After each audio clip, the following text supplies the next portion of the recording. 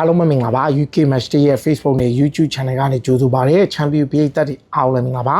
ဒီကနေ့ရဲ့နောက်ဆုံးရအားကစားသင်းတွေကိုကြည့်ရမှာဆိုရင်တော့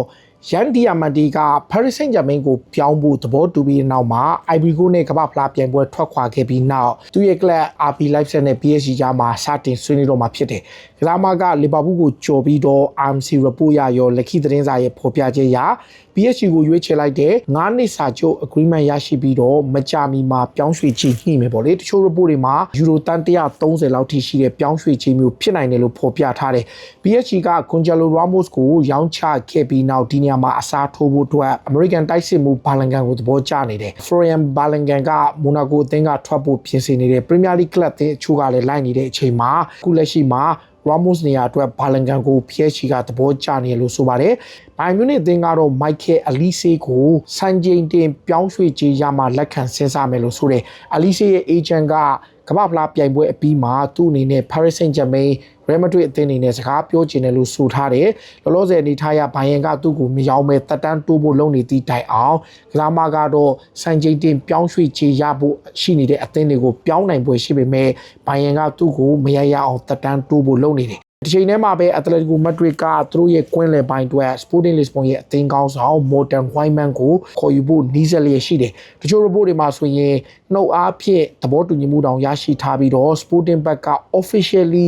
agreement ရဖို့လှုံ့ဆော်နေစေဖြစ်တယ်။ပြောင်းရွှေ့ကြီးကတော့သူ့ရဲ့ရော်ကြီးစာချုပ်တန်း90ပတ်ဝန်းကျင်ဖြစ်တယ်လို့ဖော်ပြထားတယ်။ဒီကိုကပြီးခဲ့တဲ့အစောပိုင်းတုန်းကလည်း Bayer Leverkusen ရဲ့ဘယ်နောက်ကစားမ Alex Grimaldo ကိုယူရို30နဲ့ခေါ်ယူထားတာဖြစ်တယ်။ Real Madrid ကလည်း Alessandro Bastoni ကိုခေါ်ယူဖို့လုပ်ရမှာအီတလီကစားမကိုယ်တိုင်က Jose Mourinho ရဲ့ project မှာပါဝင်ခြင်းလို့ဆိုထားတယ်။ Bastoni အတွက်ပြောင်းရွှေ့ကြီးတန်း90နဲ့80လောက်သုံးစွဲရဖို့ရှိပြီးတော့လောလောဆယ်အနေထားအရ Inter Milan အသင်းကလည်းရောင်းချနိုင်ပွဲရှိတဲ့အတွက် Real Madrid ကစတင်ဆွေးနွေးမှုတွေပြုလုပ်နေကြောင်းဆိုပါတယ်။ Dani Ceballos က club ကထွက်ပြီး Dani Carvajal အသင်းကထွက်ပြီး David Alaba အသင်းကထွက်ပြီးနောက်တစ်ဖက်က Ferran Garcia လည်းမကြာမီထွက်မှာဖြစ်ပြီးတော့သူတို့ဘက်က Ferland Mendy ကိုပါရောင်းချသွားမှာဖြစ်တယ်လို့ဆိုတယ်။လောလောဆယ်မှာ Real Madrid က Raul Asensio ကိုလည်းထိုက်တဲ့နဲ့ပြောင်းရွှေ့ခြင်းရရင်ထွက်ခွင့်ပေးမယ်လို့ဆိုပါတယ်။ဒီချိန်ထဲမှာပဲ Barcelona အသင်းကသူတို့အသင်းရဲ့ကွင်းလယ်ပိုင်းက Marc Casado ကိုရောင်းချသွားဖို့စဉ်းစားထားပြီးတော့ Bernal ကိုတော့တက်တန်းထပ်တိုးဖို့ရှိတယ်။လောလောဆယ်အနေထားရ Barcelona အနေနဲ့ Casado ကို Premier League ကလပ်တွေ Major League ကလပ်တွေနဲ့ Saudi ကလပ်တွေကစိတ်ဝင်စားပြီးတော့တန်း30နဲ့40ကြား target ထားတယ်။ဘာဆိုနာအသင်းက Frankie De Jong ရဲ့အနာဂတ်ကိုလည်းစဉ်းစားနေစေဖြစ်တယ်။လောက်ခလာစာမြင်မာတဲ့ De Jong ကိုကလပ်ကလမ်းခွဲသွားနိုင်ပွဲရှိတယ်။ De Jong ကဘာဆိုနာနဲ့စာချုပ်တက်တန်းကုံဆုံးတိဆက်ရှိခြင်းပဲမဲ့လာစာရှော့ယူဖို့ကိုတော့သူတို့ညှိမရပဲဖြစ်နေစေဖြစ်တယ်လို့ဆိုပါတယ်။ Inter Milan အသင်းကသူတို့အသင်းရဲ့ကစားမတွေဖြစ်ကြတဲ့ဂိုးသမားရန်ဆိုမာနောက်ခံလူအချာပီပြီးတော့မှနောက်ခံကစားမမတ်တီယိုဒါမီယန်နဲ့အခြားနောက်ခံကစားမစတက်ဖရန်ဒီဘရိုက်တို့အားလုံးကိုစာချုပ်တက်တန်းကုံဆုံးလို့အသင်းကထွက်ခွာခွင့်ပေးလိုက်တယ်ဒီကစားမတွေကအင်တာမီလန်အတွက်ကာလာရှီချာကစားနေရင်ရာသီကုန်မှာပဲChristian Kibu ရဲ့အသင်းကစာချုပ်တက်တန်းကုံဆုံးလို့အလွတ်ပြောင်းရွှေ့ခြင်းနဲ့ထွက်ခွာခွင့်ပေးလိုက်တာဖြစ်တယ်။ Girona အသင်းရဲ့ကွင်းလယ်ကစားမ Axel Witsel ဘော်လေအသက်39နှစ်အရွယ်ရှိတဲ့ Belgian ကွင်းလယ်ကစားမကလည်းအသင်းကထွက်ခွာပြီးဖြစ်တယ်။တန်းဆင်းသွားတဲ့ Girona အသင်းကိုလိုက်ပါကစားမှာမဟုတ်ပဲ Witsel ကအသင်းသစ်ကိုရှာဖွေသွားမှာဖြစ်ကြောင်းဆိုပါတယ်။ Borussia Dortmund ကတော့အခု Philip Macha ကိုရောင်းချဖို့စဉ်းစားထားပေမဲ့ပြောင်းရွှေ့ခြင်းယူရိုတန်း100မှာပဲလက်ခံစဉ်းစားမယ်လို့ဆိုတယ်။ Manchester United, Chelsea နဲ့Premier League ကလပ်တွေအများစုဖြင့် Real Madrid ပါလိုချင်တဲ့ Philip Macha ကို Borussia Dortmund ကအနည်းဆုံးယူရိုတန်း100ထိဈေးသတ်မှတ်ထားတာပါ။ Chelsea ကတော့အခု Granit Xhaka အပြောင်းရွှေ့ကိုခေါ်နိုင်ဖို့ယုံကြည်နေစေဖြစ်တယ်။34နှစ်ရွယ်ရှိတဲ့ Arsenal အသင်းကောင်းဆောင်ဟောင်း Xhaka ကိုပြောင်းရွှေ့ခြင်း8တန်းနဲ့ Chelsea ကကမ်းလှမ်းခဲ့ပေမဲ့ Sunderland ကတန်း30ထိလိုချင်နေပြီး Chelsea ရဲ့ပထမအချိန်ကမ်းလှမ်းမှုကိုပယ်ချထားတယ်။ Xavi Alonso ကတော့သူ့အတွက်အရေးပါနိုင်ပြီးအသင်းအတွက်အားကိုးရမယ်နောက်တစ်ခုက Senior Figure တယောက်အနေနဲ့သူ့ကိုထပ်ပြီးကြိုးပမ်းနေစေဖြစ်ပြီးဒုတိယအချိန်ထပ်ပြီးကမ်းလှမ်းဖို့ရှိကြောင်းဆိုတဲ့ Chelsea ကမကြာမီမှာပဲသူတို့ရဲ့နောက်ခံကစားမအသစ်ဖြစ်မဲ့လက်ခွကိုကြီးညာနိုင်ပွဲရှိတယ်။ Crystal Palace နဲ့ Chelsea ကြားကအပိသက်သဘောတူညီမှုရမှာဖြစ်တယ်။ပေါင်49.3 တန်းဖြစ်ပြီးတော့မက်ဆင်လက်ခွကကမ္ဘာ့ဖလားပြိုင်ပွဲပြီးမှ Chelsea အသင်းကိုပြောင်းရွှေ့ပွဲရှိကြောင်းဆိုထားပါတယ်။ Chelsea အသင်းရဲ့လူငယ်ကစားမလေး Tyreek George က Everton ကိုပြောင်းရွှေ့တော့မှာပါ။ Bancheko ရဲ့ report ရဆိုရင်ပြောင်းရွှေ့ခြင်းကပေါင်25တန်းနဲ့ Tyreek George က Everton ကိုအပိသက်ပြောင်းရွှေ့မှာဖြစ်ပြီးတော့ မကြာမီမှာကြီးညာနိုင်မယ်လို့ဆိုပါတယ် Paris Saint-Germain က Liverpool စိတ်ဝင်စားနေတဲ့ Bradley Barcola ကိုယူရိုတန်130တတ်မှတ်လိုက်တယ် Barcola ကအခုလောလောဆယ်မှာအသင်းတော်တော်များများချင်းကပ်လျက်ရှိတယ် PSG ကဆက်ထိန်ထားခြင်းပဲမဲ့ Liverpool ကိုယ်တိုင်ကလည်းသူတို့ရဲ့ပြတ်မှတ်ဖြစ်တဲ့ရန်ဒီယာမန်တီကိုဆုံးရှုံးခဲ့ပြီးနောက် Bradley Barcola ကိုပြန်လဲကျိုးပန်းလာတာဖြစ်တယ်။ Liverpool ဘက်ကအခုလောလောဆယ်မှာ Crystal Palace ကကွင်းလေကစားမှာ Adam Warden ကိုချင်းကပ်နေစေဖြစ်တယ်။ Adam Warden ကိုရဖို့တန်100လောက်300ပွဲရှိတဲ့ချိန် Liverpool ကကွင်းလေကစားမှာအချို့ကိုရောင်းချရပွဲရှိတယ်။တချို့ report တွေမှာကာတစ်ဂျုံအပါဝင်တချို့ report တွေမှာဂျိုကိုမန်နဲ့ကစားမှာအချို့ရောင်းချသွားပွဲရှိပြီးတော့ Harvey Elliott လည်းထွက်ခွာပွဲရှိတယ်လို့ဆိုတယ်။ Palace က Adam Warden ကိုတန်100တတ်မှတ်ထားတဲ့အတွက်ကြောင့် Liverpool အသင်းကချင်းကပ်နိုင်ပွဲရှိတဲ့ချိန်ကစားမကိုယ်တိုင်က Liverpool ကိုပြောင်းကျင်တယ်လို့ဆိုတယ်။ Liverpool ဘက်ကအခု Ando ရဲ့အခြေအနေမှာမူတည်ပြီး Ando နဲ့လည်းလမ်းခွဲနိုင်ပွဲရှိပြီးလောလောဆယ်မှာတော့ Crystal Palace ကွင်းလေကစားမှာ Adam Warden ကိုသဘောကျနေတာဖြစ်တယ်။ Manchester United အသင်းကMatheus Fernandes ကိုမခေါ်ယူခဲ့တာကအမတန်ဈေးကြီးပြီးတော့မလိုလားအပ်တဲ့ဖြုံးတိမှုမျိုးဖြစ်တဲ့အတွက်ကြောင့်သူတို့ဘက်ကမခေါ်ဖို့ဆုံးဖြတ်ခဲ့တယ်လို့ဖော်ပြခဲ့တယ်။ပြောင်းရွှေ့ကြေးပေါင်85တန်းဟာ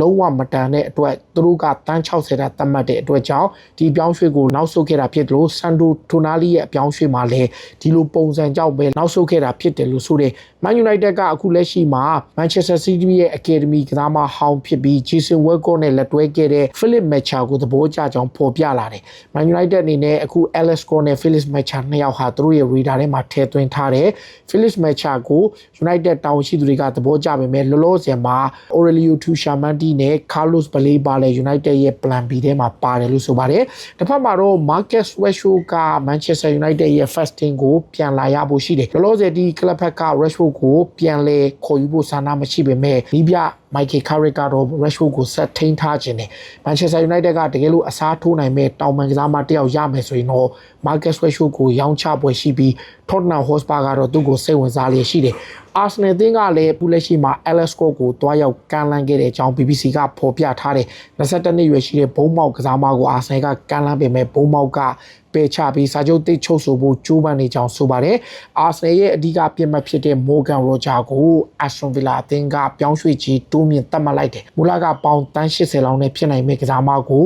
တန်100အခုဆိုရင် Elliot Anderson ရဲ့အပြောင်းရွှေ့ကြောင်းပေါင်တန်130ထိ Villa က Morgan Roger ကိုလိုချင်ရင် Arsenal နဲ့အဲ့လောက်ထိပေးရမယ်လို့ဆိုပါတယ်။ Arsenal ဘက်ကအခုလောလောဆယ်အနေထားရ Kepa Arrizabalaga နေရာအစားထိုးမဲ့ဂိုးသမားတစ်ယောက်ကြည့်နေတယ်။သူတို့ကြည့်နေတာကအခုအသက်26နှစ်ရွယ်ရှိတဲ့ Leeds United ရဲ့ဂိုးသမား Elan Melia ပဲဖြစ်တယ်။သူက Leeds မှာတော့တော်တော်လေးကောင်းခဲ့ပေမဲ့နောက်ပိုင်းမှာရုံးကန်ခဲ့ရပြီးတော့အခု Leeds နဲ့စာချုပ်တက်တန်းကုန်တဲ့အတွက်အလွတ်ပြောင်းရွှေ့ခြင်းဖြစ်လို့မြောက်လန်ဒန်ကလပ်ကသူ့ကိုလိုချင်ပြီးတကယ်လို့Kepa Arrizabalaga ကိုရောင်းထုတ်နိုင်ရင် Elan Melia နဲ့အစားထိုးပွဲရှိကြောင်းဆိုပါတယ်။ Manchester City ကဘိုးနောက်ခံလူတစ်ယောက်နဲ့ကွင်းလေတစ်ယောက်ထပ်ပြီးခေါ်ယူမယ်လို့ဖော်ပြလာတယ်။အထူးဖြင့် Samili ရဲ့ဖော်ပြချက်အရ City ရဲ့နီးပြ Enzo Maresca က